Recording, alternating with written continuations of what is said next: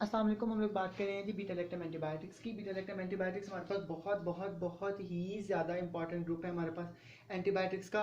Basically antibiotics हमें पता है क्या होती है जी, हमारे पास कि जी वो उन्होंने बैक्टीरिया को किल करना होता है हमारे पास। अब क्वेश्चन ये राइज होता है कि जी हम लोग इनको बीटा लैक्टम कहते क्यों हैं। बीटा लैक्टम बेसिकली हमें पता है ना कि जैसे हमारे पास केमिकल फार्मूला, हर चीज़ का केमिकल फार्मूला होता है। केमिस्ट्री में हम लोग पढ़ते हैं जी, कार्बन नाइट्रोजन ऑक्सीजन लग गए, अल्कीन अल्काइन बन गए, फलानी चीज़ बन गई, ये चीज़ बन गई। इस तरह बीटा लैक्टम भी ना हमारे पास एक करेक्टरिस्टिक है बैक्टीरिया के एंटीबायोटिक्स की। अब ये बीटा लैक्टम हमारे पास क्या है, बैक्टीरिया जो है ना, एंटीबायोटिक्स है ना हमारे पास, इनके पास होती है जी एक beta lactam ring. 4 member ring होती है हमारे पास, जिसके एक साइड पे लगा होता है नाइट्रोजन, और इस तरह फिर इसकी साइड्स पे ना कुछ चेंज लगी होती हैं।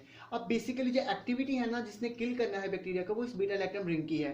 बाकी वाली जो साइड चेंज है ना हमारे पास, ये एक एंजाइम से बचाती हैं उसको, या उसकी पेनिट्रेशन में हेल्प करती हैं, या बाकी सारे रोल्स प्ले करती हैं। इसके अलावा लेकिन जो मेजर काम है ना बीटा लैक्टम एंटीबायोटिक्स का, वो बीटा लैक्टम रिंग ही हमारे पास करती है। अब इनका काम क्या होता है ना, इनहिबिट करनी है सेल वॉल को। अब सेल वॉल को ये डिफरेंट मैकेनिज्म से इनहिबिट करती है depending upon the class of drug जो हम लोग यूज कर रहे हैं। अगर हम लोग इसकी क्लासिफिकेशन की बात करें ना, तो हमारे पास ये 3 क्लासेस हैं हमारे पास, पेनिसिलिन हो गई, सेफलोस्पोरिन हो गई, और मिसक्लेनियस एंटीबायोटिक्स होगी हमारे पास। अब पेनिसिलिन में हमारे पास फर्दर आ जाती हैं 3 तरह की हमारे पास। एक तो आ जाती है जी हमारे पास सिंपल पेनिसिलिन, जिसको पेनिसिलिन जी कहते हैं हम लोग। फिर इसमें आ जाती है हमारे पास एंटी स्टेफाइलोकोकल पेनिसिलिन। फिर इसमें आ जाती है हमारे पास एक्सटेंडेड या कह लें जी ब्रॉड स्पेक्ट्रम पेनिसिलिन। सेफलोस्पोरिन में हमारे पास जनरेशन ज़्यादा दी हैं। फर्स्ट जनरेशन हो गई हमारे पास, second generation, third generation, fourth generation तक इसको क्लासिफाई करते हैं। मिसक्लेनियस में बात करें जी हम लोग, कार्बापेनम्स है, कार्बापेनम्स में मीरोपेनम्स, आयरोपेनम, काफ़ी सारी आते हैं। जब हम वो पढ़ेंगे तब हम बता देंगे, बता दूंगा मैं। हमारे पास नेक्स्ट है जी एस्ट्रियो नाम आती है इसके अंदर, और आती है हमारे पास वैंकोमाइसिन। अब हम लोग इनको बारी बारी कवर करेंगे तो हमारे पास पूरी बीटा लैक्टम एंटीबायोटिक्स जो है कवर हो जाएंगी। बेसिकली एक्टिविटी कौन परफॉर्म कर रहा है इसके अंदर, हमारे पास बीटा लैक्टम रिंग परफॉर्म कर रही है। सेल वॉल की सिंथेसिस को इन्होंने इनहिबिट करना है। बैक्टीरियोसिडल है हमारे पास, और इंतहाई इंपॉर्टेंट है हमारे पास। अब हम लोग स्टार्ट करते हैं जी पेनिसिलिन से। हमारे पास पेनिसिलिन है। पेनिसिलिन हमारे पास बहुत ही इंपॉर्टेंट है। कुछ ड्रग्स के ऊपर स्ट्रेस देने का मकसद ये है कि हमारे पास इनमें से वाइवा या एससीक्यूज या एमसीक्यूज बनने के चांसेस थोड़े से ज़्यादा हो जाते हैं, क्योंकि ये हमारे पास बहुत कॉमनली यूज वाले ड्रग है। अमॉक्सिल आपने नाम सुना होगा, कैप्सूल, अमॉक्सिसिलिन, ऑगमेंटन, उसमें भी हमारे पास अमॉक्सिसिलिन होती है। खैर वो हम लोग बाद में पढ़ते हैं, पहले हम लोग देते हैं जी हमारे पास पेनिसिलिन। पेनिसिलिन को हम लोग क्लासिफाई कर देते हैं जी, हमारे पास 3 तरह की क्लासिफिकेशन होती है। पेनिसिलिन जी है, एंटीस्टेफाइलोकोकल पेनिसिलिन, और एक्सटेंडेड स्पेक्ट्रम पेनिसिलिन। इनकी डिटेल जो है वो हम लोग बाद में देखें, पहले हम इनकी फार्माकोकाइनेटिक्स की बात कर लें। फार्माकोकाइनेटिक्स से ऐसा कोई शॉर्ट क्वेश्चन नहीं आएगा, क्योंकि बहुत लंबी लिखी होती है बुक वालों ने भी। तो इसमें से आपको एमसीक्यू या सिनेरियो बना के आ सकते हैं, या वाइवे में पूछ सकता है। तो इसके बारे में कुछ इंपॉर्टेंट बातें जो है वो मैंने यहाँ लिख दी हैं। हमारे पास बेसिकली क्या आता है कि पेनिसिलिन की जो डोज ऑफ रूट है ना, वो पूछ लेता है मोस्ट कॉमनली वो, कि ऑरल रूट से अब्जॉर्ब हो जाती है, आईवी भी देते हैं, आईएम भी देते हैं, लेकिन फूड के साथ नहीं देते, क्योंकि फूड इनकी अब्जॉर्प्शन को इंटरप्ट करता है, इंटरफियर कर देता है हमारे पास। ठीक है, हमारे पास ये इसके बारे में बात थी। बहुत सारी ड्रग्स जो हैं उनकी अब्जॉर्प्शन मतलब डिफरेंट हो जाती है हमारे पास। जैसे अब हमारे पास अमॉक्सिसिलिन हो गया या डिक्लॉक्सिसिलिन हो गया ना हमारे पास, ये जो ड्रग्स हैं ये ऑरली बहुत अच्छी अब्जॉर्ब होती हैं। कौन कौन सी हमारे पास, अमॉक्सिसिलिन और डिक्लॉक्सिसिलिन, ये हमारे पास जो है ना ऑरली बहुत अच्छी अब्जॉर्ब हो जाती हैं। लेकिन हमारे पास अगर हम लोग बात करें नेफिसिलिन की, तो नेफिसिलिन की अब्जॉर्प्शन हमारे पास इरेटिक है, मतलब कि वो कभी थोड़ी सी ज़्यादा होगी, कभी कम होगी, कभी ज़्यादा होगी, तो फिर इसके लिए हम लोग ऑरल रूट प्रेफर नहीं करते। तो डिपेंडिंग अपॉन द एब्जॉर्प्शन आप डिसाइड करते हैं कि आप कौन सा रूट दे रहे हैं। तो ऑरल जो है वो अमॉक्सिसिलिन और डिक्लॉक्सिसिलिन के लिए तो बहुत अच्छा है, लेकिन नेफिसिलिन जो है उसके लिए अच्छा नहीं है, तो फिर इसके लिए हम लोग पैरेंटरल रूट को प्रेफर कर देते हैं। अगर हम लोग बात करें इसके रूट ऑफ एक्सक्रीशन की, तो बहुत ही इंपॉर्टेंट पॉइंट है ये हमारे पास, कि बेसिकली पेनिसिलिन जो है ना हमारे पास, ये हमारे पास पेनिसिलिन है जी पोलर कंपाउंड्स। ये ना हमारी बॉडी में ज़्यादा मेटाबोलाइज नहीं होते, कंप्लीट मेटाबॉलिज्म नहीं होती इनकी हमारी बॉडी में। ठीक है, जितनी भी मेटाबॉलिज्म होती है या इनएक्टिव है जैसी भी है ना, तो ये निकल जाती हैं हमारे पास किडनी के थ्रू। अब किडनी से ये ना 2 मैकेनिज्म्स के थ्रू निकलती है। एक तो ये निकलती है जीएफआर के थ्रू, मतलब हमारे पास ग्लोमेरुलर फिल्ट्रेशन रेट, इस पर डिपेंड करती है इनकी एक्सक्रीशन, कि हमारे पास कितनी फिल्ट्रेशन हो रही है। और ज़्यादा 90% ये एक्सक्रीट होती है हमारे पास ट्यूब्यूलर स्क्रीशन से। ये हमारे पास किडनी है ना, किडनी की हमारे पास ये ट्यूब्यूल्स होती हैं, renal tubules, loop of Henle वगैरह, तो ये यहाँ से हमारे पास ना स्क्रीट होती हैं। ठीक है, इन 90% ये एक्सक्रीट बॉडी से होती ही इस मैकेनिज्म के थ्रू है। लेकिन हमारे पास आपने एक ड्रग का नाम सुना होगा, प्रोबेंसिड। प्रोबेंसिड बहुत जालिम ड्रग है हमारे पास। ये क्या करती है, इनकी एक्सक्रीशन को ना बहुत ही ज़्यादा ब्लॉक कर देती है, इनको एक्सक्रीट ही नहीं होने देती बॉडी से। ठीक है, इनको इनकी एक्सक्रीशन ही हमारे पास वो रोक देती है। तो इसलिए मैंने प्रोबेंसिन को यहाँ लिखा कि प्रोबेंसिन इनकी एक्सक्रीशन को रोक देता है। तो हमारे पास पेपर में पूछ सकता है कि कैसे एक्सक्रीट होती हैं, ज़्यादातर कहाँ से एक्सक्रीट होती हैं, तो कि ट्यूबुलर एक्सक्रीशन से हमारे पास एक्सक्रीट होती हैं और यूरिन के थ्रू बॉडी से बाहर हमारे पास निकल जाती हैं। इनकी ना प्लाज्मा प्रोटीन बाइंडिंग जो है ना वो वेरिएबल है हमारे पास। कुछ जो है वो अगर प्लाज्मा प्रोटीन के साथ ज़्यादा बाइंड है तो वो ब्लड में फ्रीली कम अवेलेबल हैं, लेकिन अगर कोई ड्रग प्लाज्मा प्रोटीन के पास ज़्यादा बाइंड है हमारे पास तो वो हमारे पास मतलब कि फिर उस हिसाब से, जैसे हम नेफिसिलीन की बात करें, नेफिसिलीन हमारे पास बहुत ज़्यादा प्लाज्मा प्रोटीन के साथ बाइंड हो जाती है। ठीक है, और दूसरा ये बिलरी रूट है। नेफिसिलीन के बारे में एक बात याद रख लें कि हमारे पास नेफिसिलीन जो है ये बिलरी रूट से एक्सक्रीट आउट होती है हमारे पास। सिर्फ इसमें हमारे पास याद रखने वाली बातें जो थी ना वो सिर्फ यही थी कि रूट कौन सा है, ये कौन सा है। एक बात और हमारे पास फार्माकोकाइनेटिक में बड़ी इंपॉर्टेंट है, हमारे पास पेनिसिलिन जो है ना हमारे पास, जैसे पेनिसिलिन जी हो गई हमारे पास, इनकी हाफ लाइफ बहुत कम है हमारे पास, बहुत शॉर्ट एक्टिंग है हमारे पास। लेकिन अब हम बार बार तो नहीं ना पेशेंट को ड्रग दे सकते कि जी बार बार ड्रग दे जाओ मरीज को, मरीज तो पागल हो जाएगा हमारे पास। तो हम लोग क्या करते हैं, उनको शॉर्ट एक्टिंग से लॉन्ग एक्टिंग बनाते हैं, उनके साथ कुछ चीज़ें अटैच कर देते हैं। ठीक है, हम लोग उनको मॉडिफाई कर लेते हैं। अब हम लोग उनको मॉडिफाई किस तरह करते हैं कि हम लोग जो उनको चेंज कर लेते हैं जी, हमारे पास प्रोकेन पेनिसिलिन जी, ठीक है, पेनिसिलिन जी को ना हम लोग मॉडिफाई कर लेते हैं। अब मॉडिफाई हम लोग कैसे करते हैं जी, हमारे पास पेनिसिलिन जी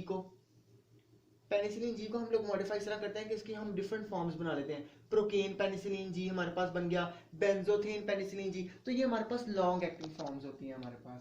ठीक है, मोस्टली हम प्रेफर करते हैं पेनिसिलिन जी को कि हम लोग आईएम मतलब आईवी दिया जाए, लेकिन अगर हम लोग इंट्रामस्कुलर रूट से देंगे ना तो ये और इनका एक्शन जो लॉन्ग टर्म हो जाता है। लेकिन प्रेफर किया जाता है आईएम, क्यों किया जाता है, क्योंकि पेन होती है साइट ऑफ इंजेक्शन पे अगर इंट्रामस्कुलर दें। इसके अलावा रैश होने के चांसेस हैं हमारे पास इंट्रामस्कुलर रूट के ऊपर हमारे। तो ये हमारे पास इसकी फार्माकोकाइनेटिक की बातें थी कि आपने डोजेज ऑफ रूट याद रख लेना है कि हमारे पास अमोक्सिसिलिन और डिक्लॉक्सिसिलिन ऑरल रूट से बहुत अच्छी अब्जॉर्ब होती हैं। नेफिसिलिन की अब्जॉर्प्शन जो है हमारे पास इरेटिक है, उसको आई पारेंट्रल देते हैं हम लोग। ठीक है, रूट ऑफ एक्सक्रीशन की बात करें तो ये हमारे पास पोलर हैं, जीएफआर पे डिपेंड करती हैं और 90% ट्यूबुलर एक्सक्रीशन पे डिपेंड करती हैं। प्रोबेंसिन इनकी एक्सक्रीशन को बंद कर देता है, मतलब रोक देता है या स्लो कर देता है। प्लाज्मा प्रोटीन बाइंडिंग वेरिएबल है, नेफिसिलिन बिलियरी रूट से एक्सक्रीट होती है, शॉर्ट एक्टिंग होती है, लेकिन हम पेनिसिलिन को पेनिसिलिन जी बना देते हैं, लॉन्ग एक्टिंग कर देते हैं, इसकी डिफरेंट फॉर्म्स बना देते हैं। प्रोकेन पेनिसिलिन हो गया, बेंजाथेन पेनिसिलिन हो गया, तो ये लॉन्ग एक्टिंग है हमारे पास। इनको हम आईवी से प्रेफर करते हैं, लेकिन अगर आईएम इंट्रामस्कुलर रूट से दें तो ज़्यादा अच्छा इफेक्ट आता है हमारे पास, ज़्यादा लॉन्ग टर्म आता है।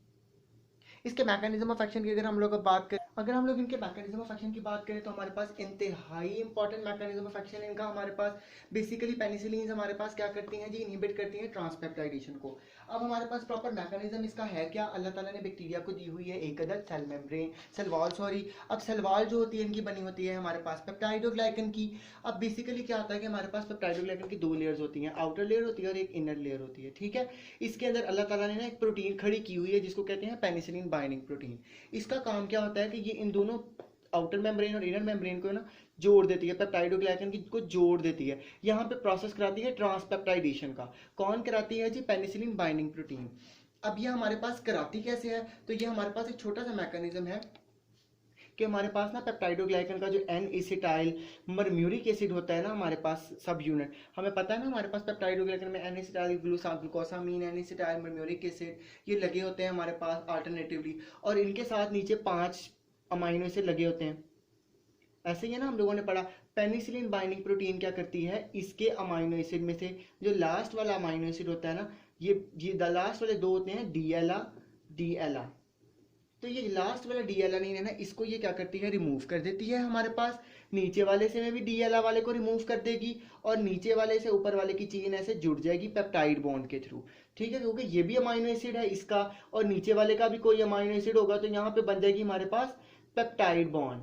ठीक है, तो ये हमारे पास दो चेन्स जो है ना ये आपस में जुड़ जाएंगी।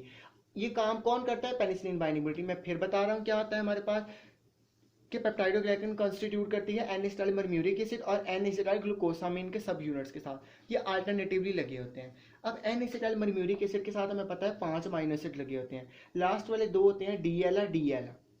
ठीक है, एलानिन और एलानिन। ठीक है, अब क्या करती है पेनिसिलिन, लास्ट वाले एलानिन को रिमूव कर देती है ऊपर से भी और नीचे से भी।